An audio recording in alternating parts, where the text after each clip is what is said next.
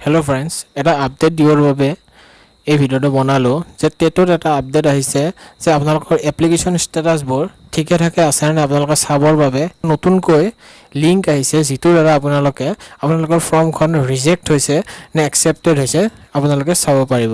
গতিকে বলক দেৰি নকৰি আৰম্ভ কৰো আজিৰ এই ভিডিও যদি আপুনি চেনেলটো নতুন আহিছে তেন্তে চেনেলটো সাবস্ক্ৰাইব কৰি দিব কিছুমান এনে ধৰণৰ আপডেট পাই থাকিবৰ বাবে আৰু জব ৰিলেটেড ভিডিও পাই থাকিবৰ বাবে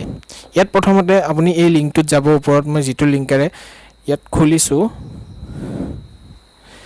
এই লিংকটো মই ডেসক্ৰিপচনত দি দিম আপোনালোকে তাৰ পৰাও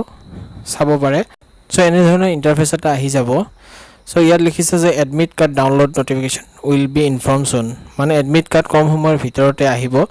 সো আপোনালোক আপডেটটো বাৰু মই জনাই দিম ৰেজিষ্ট্ৰেচন ক্লোজ হৈছে আৰু ইয়াত দেখিছে এপ্লিকেশন নম্বৰ আৰু পাসওয়াৰ্ড গতিকে আপোনালোকে এপ্লিকেশন ইউজাৰ নেম পাসওয়াৰ্ড মাৰিব নালাগে সিটো নতুনকৈ এটা এপ্লিকেশন ষ্টেটাস বুলি আহিছে আপুনি হেতু ক্লিক কৰক আহিব যে please enter your correct application number so ইয়াত আহি যাব এনে ধৰণৰ এন্টাৰ এপ্লিকেশন নম্বৰ আৰু চেক এপ্লিকেশন ষ্টেটাস সো আপোনালোকে এন্টাৰ এপ্লিকেশন নম্বৰত নম্বৰটো দবাই দিয়ক যেটো আপোনালোকৰ এপ্লিকেশন নম্বৰ হয়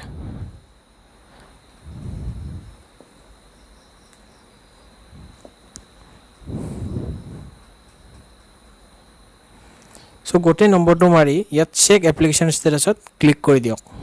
ক্লিক কৰাৰ লগে লগে ইয়াত আপোনালোকে দেখা পাইছে যে এপ্লিকেশন নম্বৰটো আহি গৈছে আৰু নাম আহি গৈছে পেমেন্ট টু পেইড বুলি আহি গৈছে আৰু ষ্টেটাস একচেপ্টেড আহিছে যদি আপোনালোকৰ ৰিজেক্ট হয় তেন্তে তাত একচেপ্টৰ জায়গাত ৰিজেক্ট বুলি আহিব আৰু একচেপ্ট ফৰ পেপাৰ মানে কি পেপাৰৰ বাবে একচেপ্ট কৰিছে বোথ এলপি এণ্ড ইউপি এনে ধৰণে আহি যাব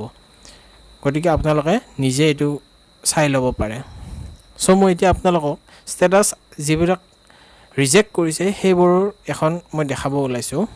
চেক মাৰি দিলো মই ললে আপোনালোক দেখা পাইছে এপ্লিকেশন নম্বৰ আহিছে আৰু নাম আহিছে পেমেন্ট পেইড আহিছে আৰু ষ্টেটাসটো আহিছে rejected refund will be process after examination